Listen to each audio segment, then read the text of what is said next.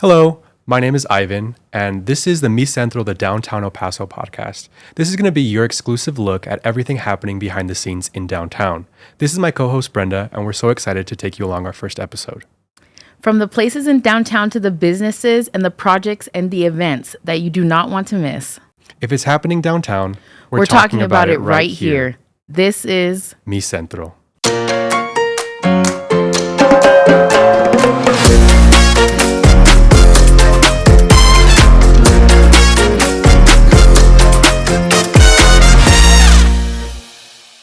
Brenda, don't you just love that little intro? Yes.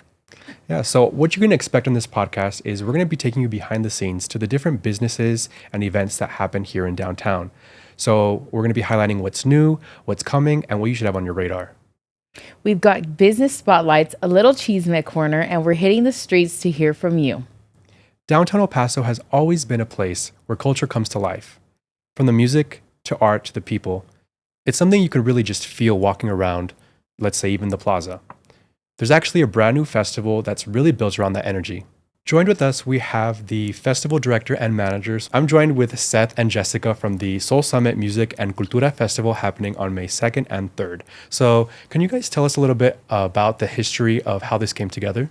Yeah, for sure. So I met with the El Paso Community Foundation in January of last year. Eric Pearson, their president, expressed to me that it was a dream of his to have a music festival that was nonprofit, that gave back to the community here in El Paso. And yeah, my background is I've been in music festival and live music events for about the last 17 years. Wow. So I relocated back to my hometown, so kind of with my experience and Eric's kind of long-time vision for this festival, we started working on it last January. So here we are about a year and a half later, ready to kick things off. Well, that's really exciting. How did you put together the lineup for this?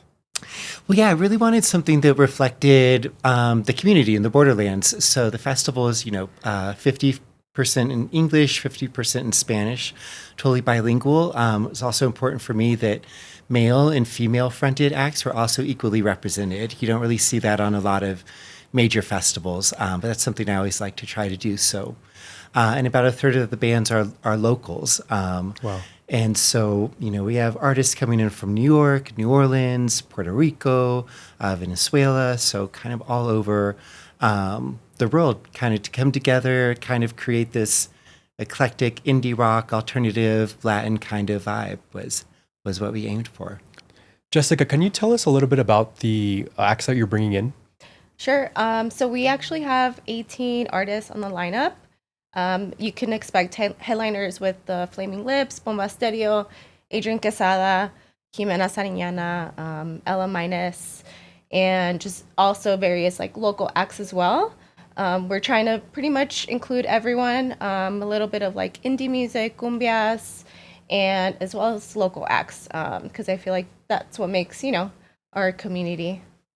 Oh yeah, definitely. I there's so many different, acts like as you were saying that we have here that really don't get this sort of spotlight. So thank you guys so much for bringing this to our community and to showcase these different people. But a little bit more about the headliners. What type of music do they play for those that may not be familiar with that?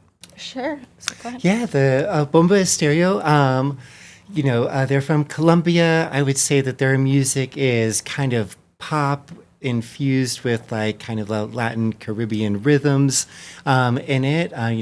They sing all in Spanish. And yeah, they've been around for, probably 15, 20 years or something like that. Wow. And yeah, the Flaming Lips, kind of a seminal alternative 90s band, big hits like She Don't Use Jelly and Do You Realize? And they bring a real spectacle whenever they're on tour. So you could expect inflatables, expect a lot of confetti, streamers. They have a ton of surprises and tricks up their bag. Sounds like so much fun. So they're a blast. If you've never seen them, that's worth the ticket alone just to check them out. So jumping off of that, I know some festivals mainly aren't for family and kids, I would say. So how does this festival, what is the audience that you guys are bringing together? So we actually have a really fun implementation in terms of catering to the family, family friendly. We have a kid zone that's actually being presented by the El Paso Museum of History and also by the MAC. That's gonna be so much fun. Yeah, they have really cool activities happening both days. So outside of the kid zone area, kids under 12 are also eligible to attend the festival for free with a ticketed adult. Cool. Is there going to be a market going on? I may have heard something like that. I don't know if you want to talk a little bit about that. Yeah, so we actually just launched it on social media, and we have 12 local vendors, a little bit of everything, and they're going to have their booth there for both days as well. Awesome. I love a market. There's always something you can pick up at a market. My go-to is always beef jerky. So fingers crossed there's a beef jerky vendor. If not, I'll find something to pick up. Let's go ahead and see. So what can people expect, if they've never gone to a festival before, and then especially with the Soul Summit Festival, what can they expect from that?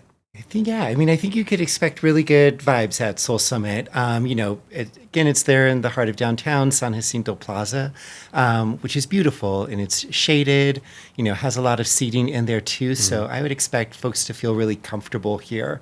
We have 2 stages, and the acts kind of alternate between the 2 stages. So if you come, you'll be able to see every single act while you're there. We have that makers market that Jess was talking about. We have food trucks as well. We have some public art installations, kind of giant paper mache sculptures and stuff that a couple local artists are building out That's too. really, really cool. I think this festival is going to be super manageable, great for families, and just kind of great vibes and, great elements of discovery as you check out all these bands. Most definitely. You have 2 stages. There are going to be so many amazing acts. That's going to be one that you don't want to miss. So be sure to check out Soul Summit at soulsummitmusicfestival.org. I just soulsummitmusic.com. There we go. So much easier. So check them out. Follow them on social media. It's going to be happening May 2nd and 3rd. Thank you guys so much for joining us. Yeah, Thank you. And then also, I just wanted to point out, we are recommending everyone to get a rideshare. We're going to have a really busy weekend downtown. There's multiple events happening at once.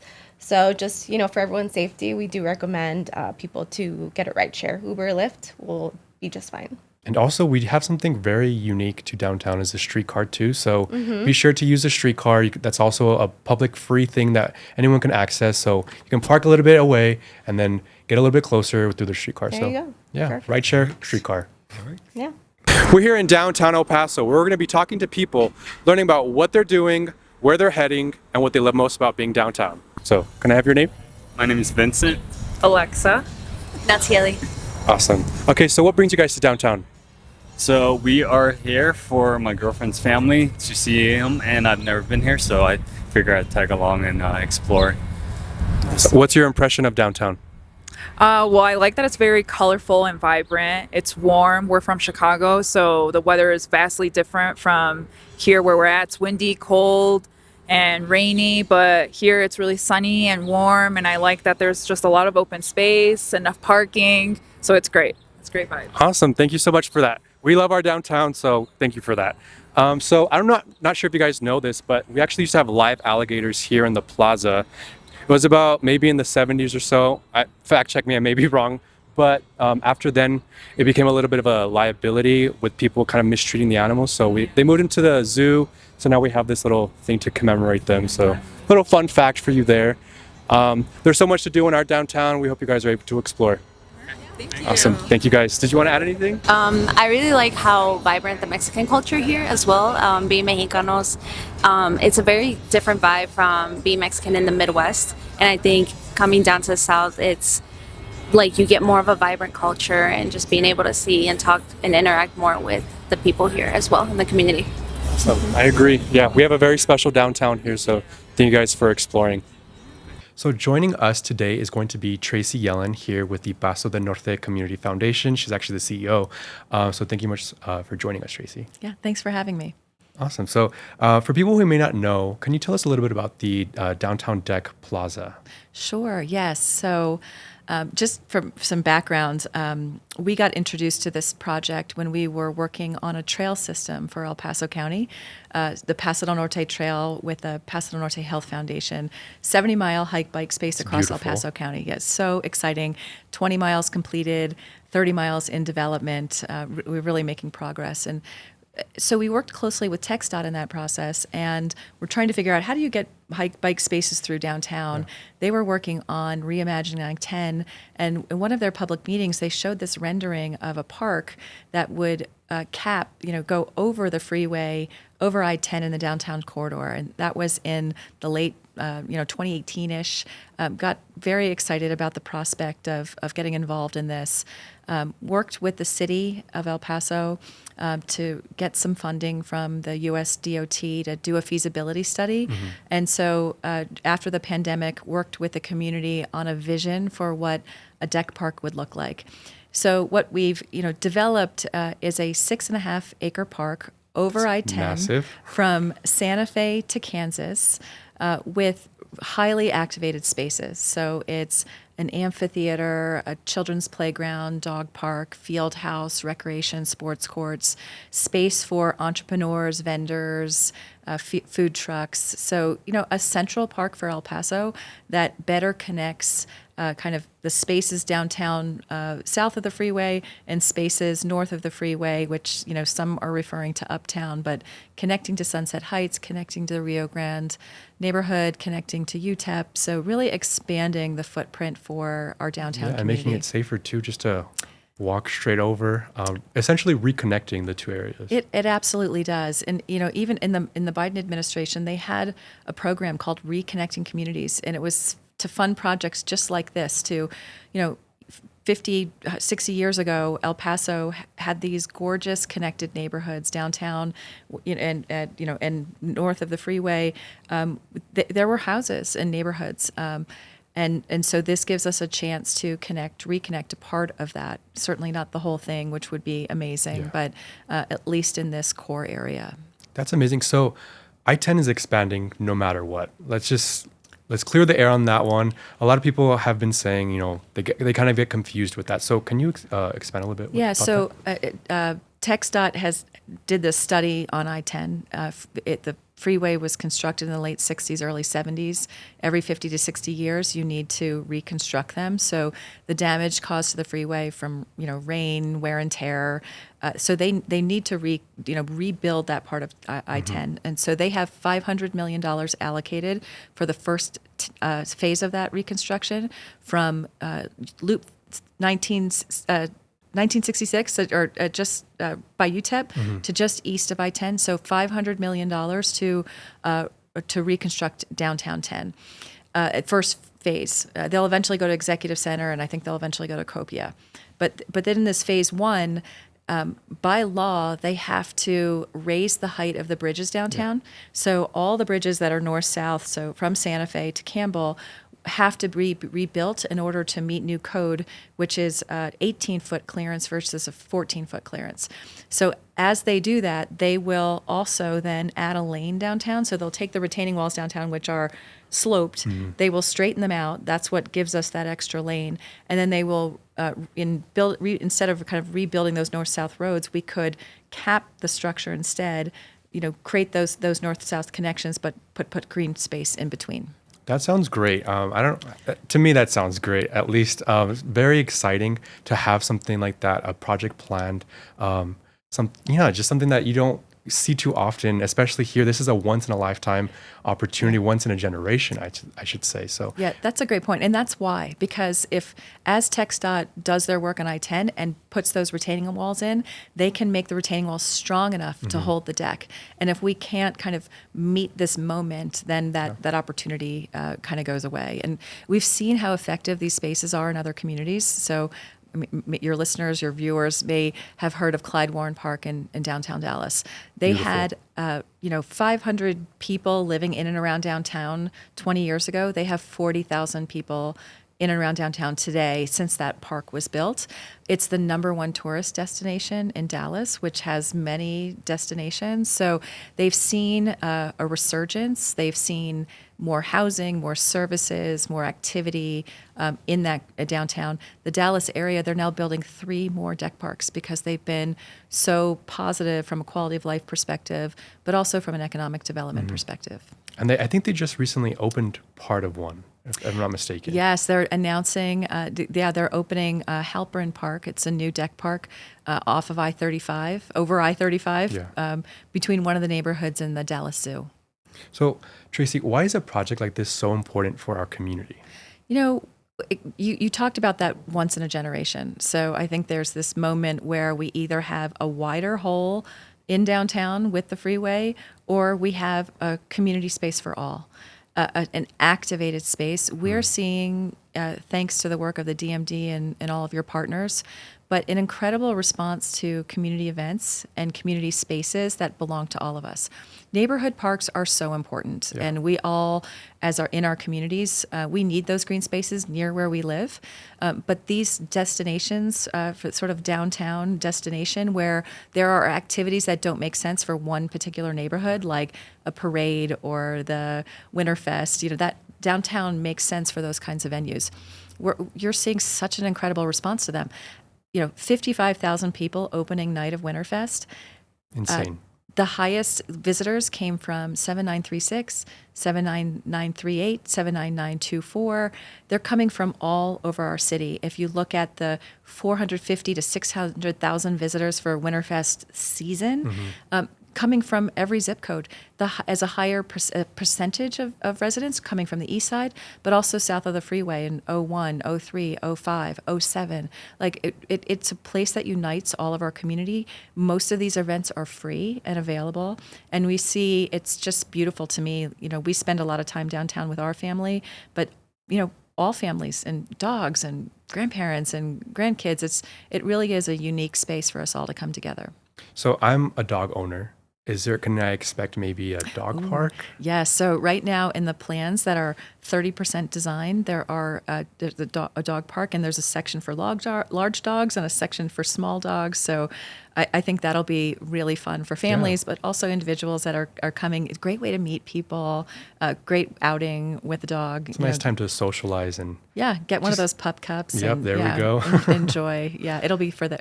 I was thinking that in New York City they have the Westminster Dog Show every year, and this year they put blow up dogs like around New York City. But we could do our best in show. Those are the spaces where we come together. People, bring your dog to the park day.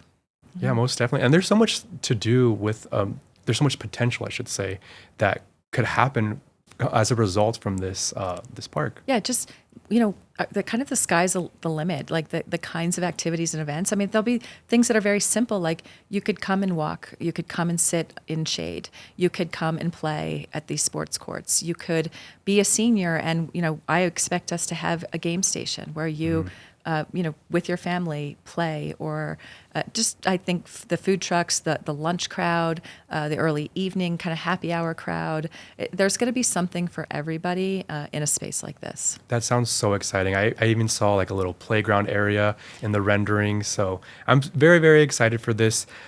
Tracy, for those who might still be on the fence, what would you want them to understand about this project? Yeah.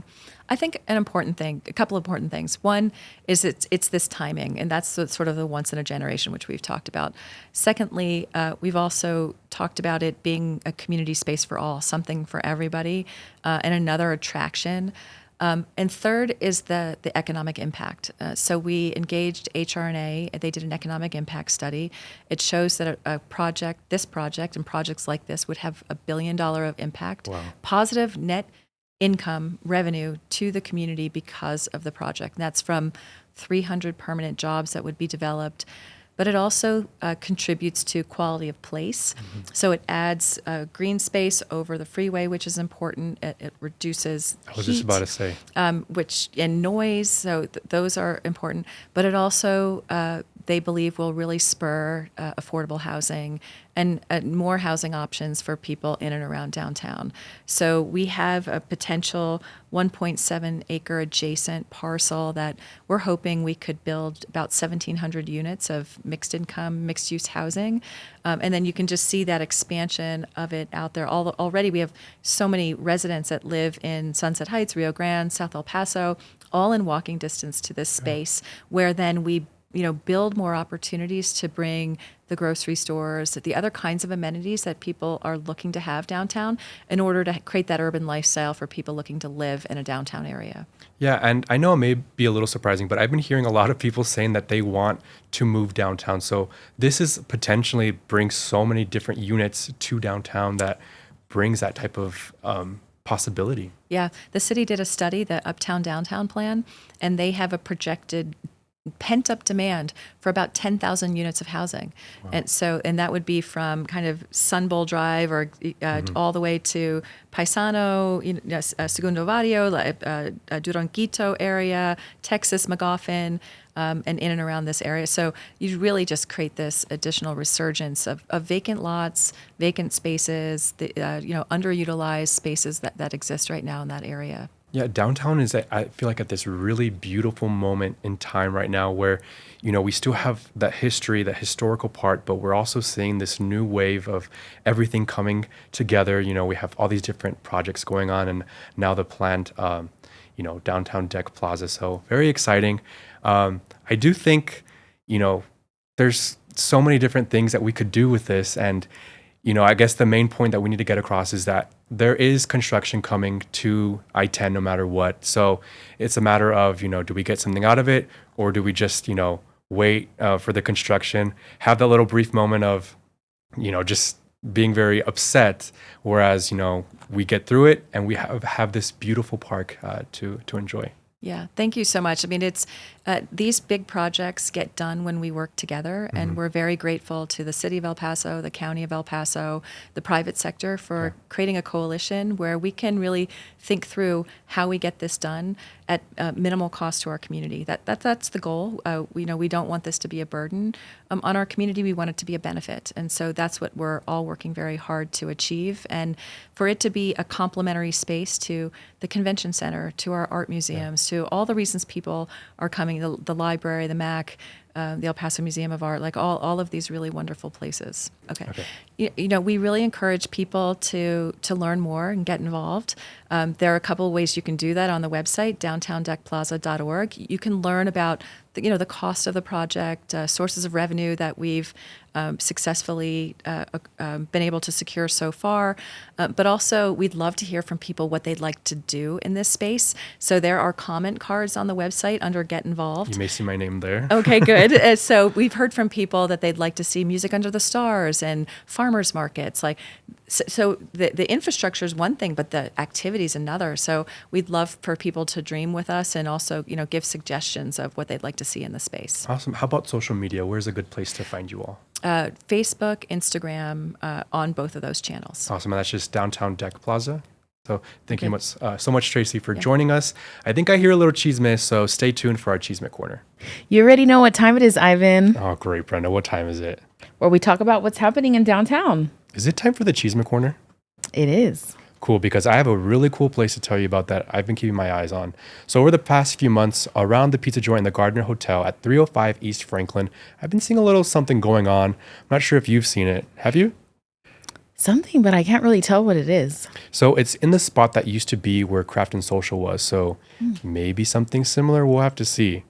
Well, I love that downtown is growing, and I can't wait to see what it is. No, exactly. That's so what's exciting. So actually, there's something else. So above Café Central, that's the Texas Tower. There's actually been a big crane there for the past few weeks doing some construction. I hear it's going to be a hotel. I'm not entirely sure which type of hotel, but just having something like that come into downtown is really great, don't you think? Yes, I love the hotels in downtown, and just having more and gives more opportunity for downtown to grow. I wonder if it's going to be maybe a boutique hotel. We have a few of those. I love a boutique hotel. Yeah, me too. So I know a lot of people have been wanting to learn more about the Crest building. Unfortunately, I haven't been able to get an update just yet. I will get one, but we just haven't gotten one yet. So Unfortunately, guys, that's going to be the little end of our Chisme Corner. So we're going to have to take it back to downtown to see what's going on. So real quick, can I have your name? Koteba Azam, attorney at law. Awesome. Okay, so what's your favorite thing to do here in downtown? I like to walk through the San Jacinto Square. I like to enjoy it, especially during the holiday season when they got that big giant tree up. I like to bring my family members and other people that I like to share those experiences with. Awesome. And where are you heading to right now? We're heading to her car. We just had some healthy bite.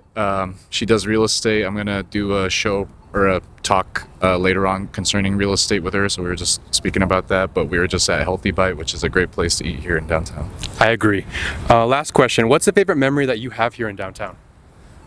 One of my favorite memories here in downtown is beginning my internship in 2024. I had a lunch here at Lapa Lapa with the rest of the shareholders, and that was memorable because that was my first real experience here in downtown. And in addition, it brought me back here and made me love the downtown area even more.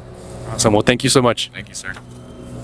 All right, so can I ask you for your name, please? Sure, Indy Gonzalez. Awesome, Indy. So I'm going to start off with a question. What's your favorite thing to do here in downtown? Favorite thing to do here in downtown, other than visit the library and Center Future, I do like to just meet new people, honestly. Like, downtown has a lot of lively people, so you never know who you're going to run into, like right here. Awesome. Well, thank you so much. So I just saw you walking by over here. Where are you coming from? I'm coming actually from Center Future inside the public library, going for my break. You know, got to catch some sunlight out here.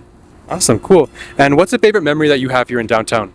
Favorite memory in downtown. So before I started doing all these productions in terms of my music, right? I used to come here with my cousin all the time. We would find any random spot and just film like little cool videos for my songs or whatever. So downtown has that special place in my heart, you know? Awesome. Well, thank you so much. Is there anything you want to add? So of course, shout out to downtown, shout out to El Paso. Thank you so much. I appreciate it.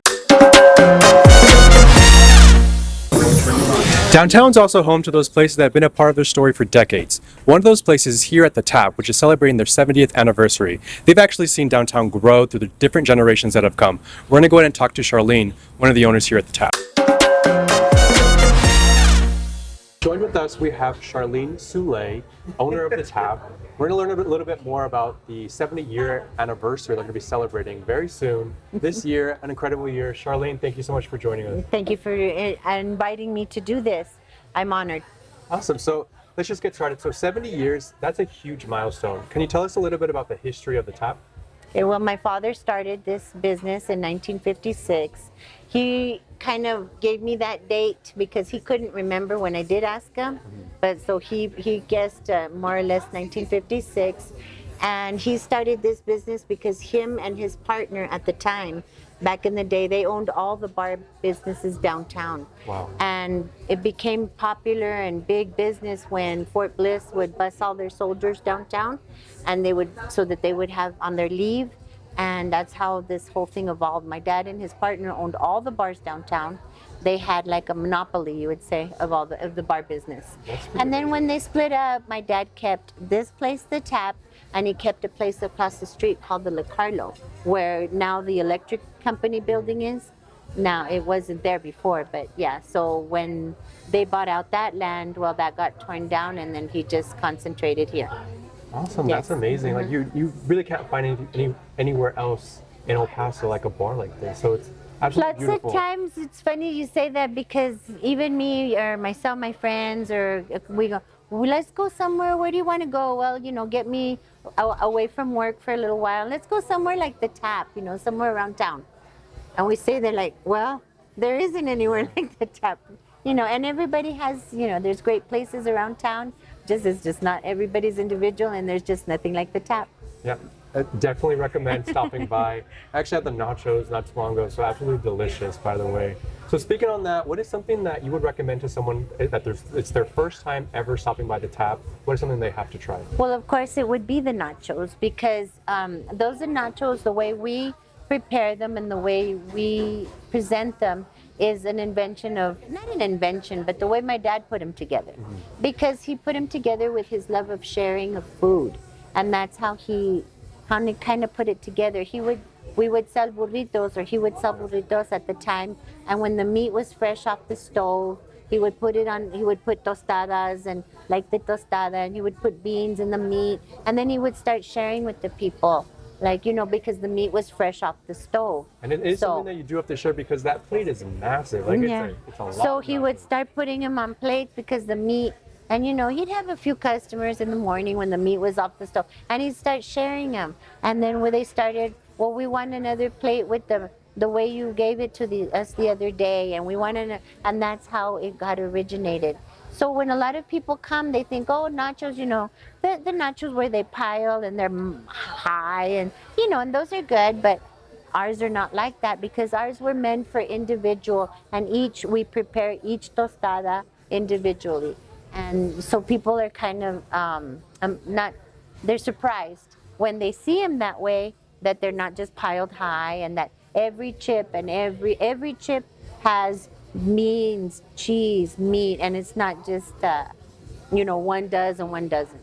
I can attest to that 100%. Every single bite, you get a little bit of everything. You get a little bit of everything. Absolutely delicious.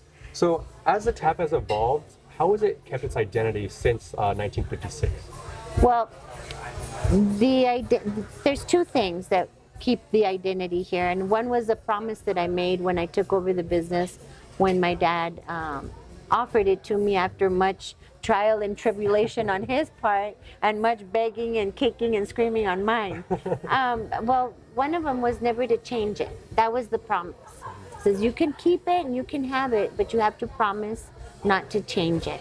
So we've never changed it, or I've never changed it. That's why the walls, the tables, the pictures, we just don't change them. I clean them and I fix them, but we don't change them. And nothing's been changed. Another thing is consistency. We're always here. We're open 7 days a week, 365, except for 1 week out of the year, that a tradition I started, that my employees deserve a vacation. And that's it. But we're consistency. We're here and we're open, and good days, bad days. COVID or no COVID, when you let us open, we were open. When you didn't let us, if you let us open for 2 hours, we were open for 2 hours. If you let us serve to go, we served to go. So consistency has been the key. And that's what keeps downtown, the tap, such a staple here in downtown. Right. So thank you so much for being a part of that legacy. So let's talk a little bit about what we have coming up. The Budweiser, they're also celebrating their 150th anniversary. So tell me a little bit about that celebration. Yes, so Budweiser is celebrating, like you said, their 150 years of Budweiser, and L&F is the distributor, is a staple now that provides the Budweiser here in town. The collaboration between the two, and I was honored and just jaw dropped when they told me that they picked us, they picked the tap to commemorate their 150-year celebration here in El Paso, to bring in the Clydesdales. And the Clydesdales is it's just a massive event, and how they were able to put it together, and a big thanks to the DMD that I know was instrumental in putting this together downtown, because it involves street closures and permits and all those things that it involves. Because I know I've been trying to do a street closure, and I saw that, oh my God, I got a little overwhelmed. Oh my God, you have to do all those things. A lot of steps. Yeah, so we thought, well, let's all do it all together. And when I was, honored, and I'm so privileged and grateful that they chose me to be a part of this, because Budweiser has been a part of the tap since its day one. Because my dad started when it was Herd Distributing. It was called Herd. Mm-hmm. And we've gone through all the distributors, and now we have L&F. That's amazing. Yeah. So definitely need to check out on Thursday, April 23rd. Yes. Those beautiful horses are going to be roaming the streets downtown. It's going to be an amazing event. It really is. And come early, because I know it's going to get really, really full. No, it definitely is. And we're hoping for it. Anyway. You can follow us on Facebook. It's the Tap Bar and Restaurant. And also my Instagram is the Tap EP. And all the postings for all our events, bands, things, the time for the horses for Thursday, and anything after that, all our events are posted daily. Lunch specials and bands for the weekends, and all the happenings at the tap. Yeah, there's so many different things to try here. Always. Awesome. So thank you, Charlene, so much for joining us for this. Is there anything else you'd like to No, note? I'm just very grateful. Thank you. it takes a village here between my staff that I love so much, and my customers that I love so much, because we couldn't do it without them. I appreciate all your support. The DMD is always so helpful with everything, and thank you for coming, and thank you for letting this happen. No, well, thank you so much for having us. Stay tuned. We're going to be talking about what's new and next in downtown. Thank you so much. Thank you. Thanks. Okay, so we are here to talk about an upcoming event that is happening May 30th, the Selena and Salsa Market. And I am here with the one and only Jessica Sachs. Hello. How Thank you are for having me. you? Thank you for being here. So you've become widely known for, being a tribute performer for Selena. What inspired you to take that path? I've always been a fan. I grew up listening to her music, watching her. I got to watch her perform once. That really inspired me to be a singer, because at that time I was just playing saxophone. But seeing her live just kind of, she just had this incredible energy and aura that was just as a young girl, you're like, wow, it's a dream. It's a dream to be like her. And then over the years, I would always sing her music. Never thought to do a tribute. And 1 year after COVID, Al Fresco Friday asked if I would do a Selena tribute. And I thought, oh my gosh, because at that time I didn't have a band. I didn't know what to expect. I thought nobody's going to come. And so I just, put together a show the best way I could, got there to the performance, and it was incredible. I mean, that was the moment that I knew the energy of her music is something that was going to be eternal.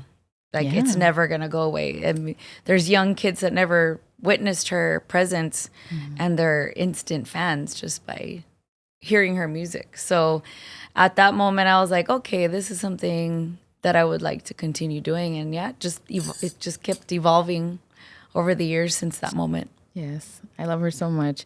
Yes. Tell us a little bit about your band and the name of your band and how you guys got together. Well, the band, after that performance, then I started getting some phone calls, and we had another venue reach out, and they're like, well, we want to hire you, but we want you to put together a band. And I had a month literally to get a band together. I had not had a band for years. I had been doing the solo gig for a long time already. So I thought, oh my gosh, what am I going to do? So I went to Facebook. I went to all the music pages, the group pages, said, I need this instrument, these guys. I need you to be able to know Selena's music to the T, and all Tejano genres, or not genres, but styles of music. And I had a few people reach out, and those majority of the guys that I have now were in the core of that group, and they delivered. I mean, they came on board, and they're like, we're willing to do this. We want to put on a good tribute show, and they have. They have, and to come up with the name was kind of challenging, because I wanted to make sure we featured them as well, not just my name. So we just decided Los Amores Prohibidos, which is the name of one of her songs, Amor Prohibido. Awesome. So what did you think about the event last year? It was so fun. I mean, I wish I had more time to go walk around. Maybe it's better because I would have shopped till I dropped. So I didn't get to really experience the vendors, but I could see what was happening. And I mean, it looked so amazing. You guys did a great job. So colorful. I just saw these people dressed like Selena. The artwork that you had exhibited there, that was beautiful. Awesome. Yes. So we are having a Selena lookalike competition again this year. What advice can you give to the contestants?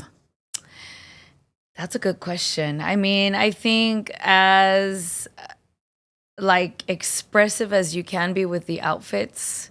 Purple was the thing, that purple outfit is iconic. But I think really just accessorizing correctly and having the outfit be as flashy as possible to stand out, to really stand out. Get creative. Right. So hope we get some more contestants this year. It's open to all ages. So we hope to see you all dressed out up there. Yes. What can people expect from your performance and the band that day? Well, we definitely want to keep it fresh for everybody. And we're making some changes this year to our show, to our lineup, kind of moving things around, adding some new tracks that we hadn't done in the past that were from Selena y los Dinos. And I am trying to get creative with my outfit as well.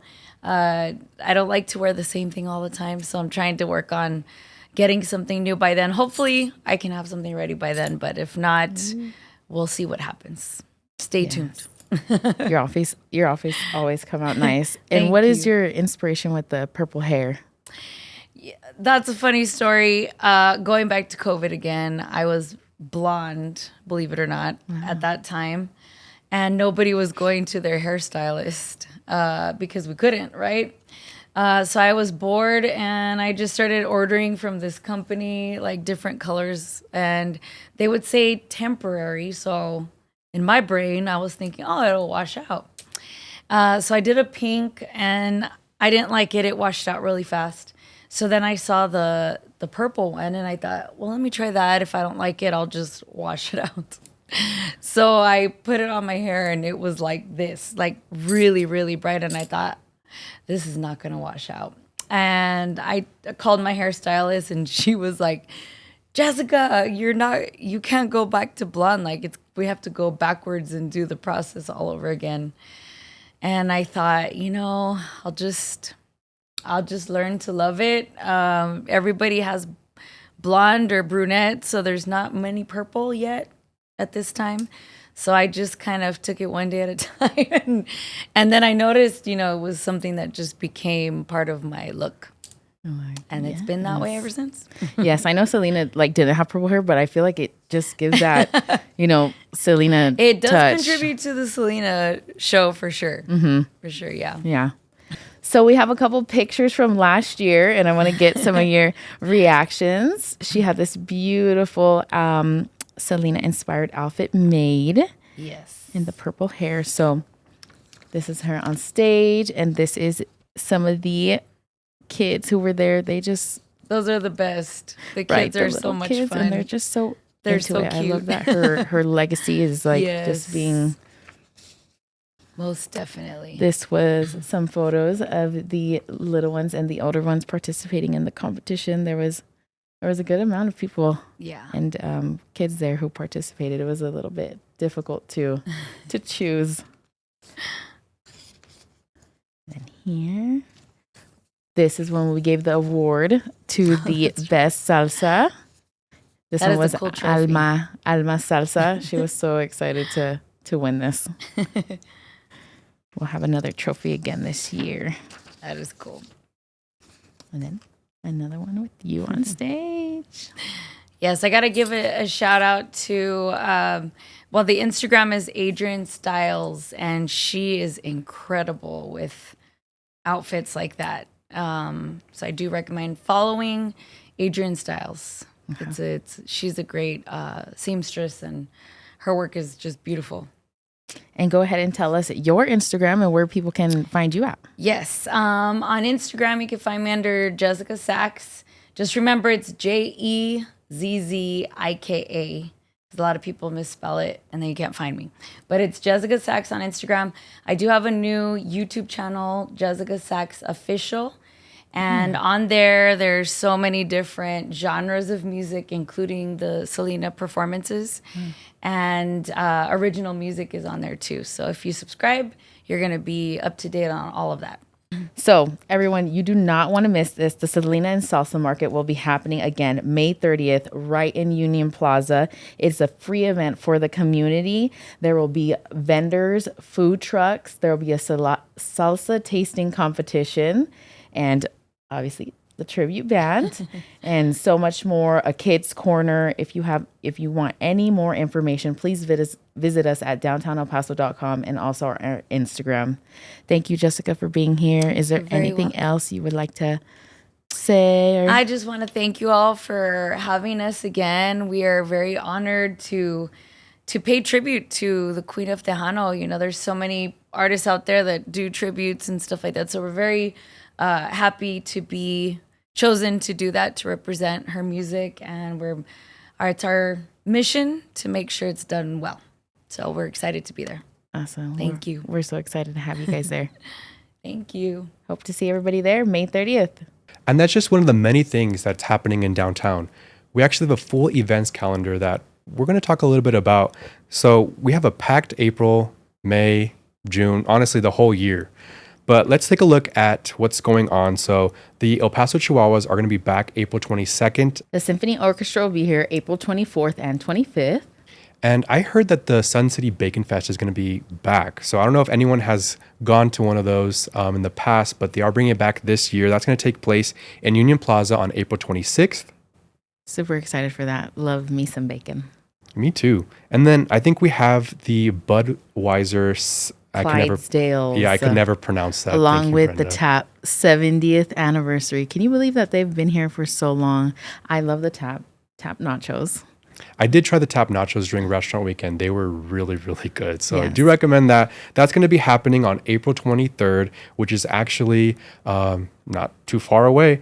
And we have other events coming up like the market. That's the city's market that takes place in the San Jacinto Plaza. So that's going to happen on the first and third Saturdays of every single month. Wow, every month. Yeah, have you gone to one? I have gone to one. They're very, very nice. But I know that they have a bunch coming up throughout the summer. So it's actually funny because earlier this year, like their first 4 markets back in downtown, I was actually able to stop by like the first 3 or 4. So I was there the whole time. Wow. It's been fun. We were able to take Sally the alligator to a couple of them. So a lot of fun. Cool. Live jazz at the Garrison every Wednesday of the month. I've been to a couple of live jazz and it gets super, super packed. There's something about jazz that I really do like. It kind of just calms me down a little bit. Just a nice little chill night. Have some good food that they have there. Yeah, so let's move on to May. So in May, we do have Soul Summit, the Music and Cultura Festival on May 2nd and 3rd. That's going to be a busy weekend, so make sure you guys get your tickets. It's going to be a lot of fun downtown. That same weekend, El Paso Comic-Con happening at the Convention Center. Yeah, have you gone to a I think you have. You told me you went to one a of the Comic-Con. They had so many different things, so many artists and people that come from out of town. Some of the actors that you maybe have seen in some of the shows when you were a child. So it was really cool. No, that's really cool. So like we said, there's going to be a lot going on that weekend. So make plans. Go to visit our parking page on downtownelpaso.com. Take full advantage of that because it's going to be a busy weekend downtown. Other than that, we have the Banana Ball, which is going to be taking place at the Southwest University Park on May 15th and 16th. And actually, on the 15th, they're going to have the Borderland Connect, where they're going to bring these huge construction equipment or machinery, I don't even know, vehicles, I guess, into San Jacinto Plaza. So I do highly recommend stopping by to check that one out. Wow. Well, I'm excited for the Banana Ball because I snagged some tickets and I waited a long time to get those. So can you tell me a little bit about that? Because I've been a little confused. Like, is that like So I don't know too much, but it's kind of like a baseball game where they like have fun and they put like kind of like a show and they dance and it's a real baseball game, but not really like a real game. They do acrobatics and flip and it's like a whole show. So that's fun. I think this is their first time actually coming to El Paso. First time in El Paso, and I heard it sold out already. So that sounds like a lot of fun. So be sure to check out Borderland Connect and the Banana Ball happening that weekend. Moving on from then is our event that the Downtown Management District is putting on. Excited! This is one of my favorite events that we put on. Thank you so much, Jessica, for talking to us just right now. That's going to be on Saturday, May 30th. So we do have a lot of fun at that event. Annual Selena and Salsa event. Jessica Sachs and her band will be there, and salsa tasting competition. So let's see who wins this year. Last year it was hot. It was very, very hot. I'm talking about the salsa. I mean, the temperature was a little warm, but the salsa gets you. So I do recommend stopping by for that one. You can come say hi to Brenda and I there. So in June, we're going to have I can never pronounce this one, Caifanes. I think so. On June 4th. And then we have Beauty and the Beast. They're going to be coming. I heard they haven't done this production in so long. So it's a nice time to kind of visit it at the Plaza Theater. So that's going to be June 10th through the 14th. And then we have other events that you can check out actually at our calendar, which is at downtownelpaso.com. As you can see, downtown is always evolving, right, Brenda? Like there's always something going on that we've come to experience. So always recommend visiting downtown. There's always something new to experience, from the different people to the places to the events happening all across downtown. We'll bring it to you all here on the Mi Centro, the Downtown El Paso podcast. If you missed anything, be sure to leave a comment and let us know. Don't forget to follow us on social media, Downtown El Paso, to stay up to date with everything that's happening in downtown. We'll see you again in July for our next episode. But until then, we'll see you in downtown.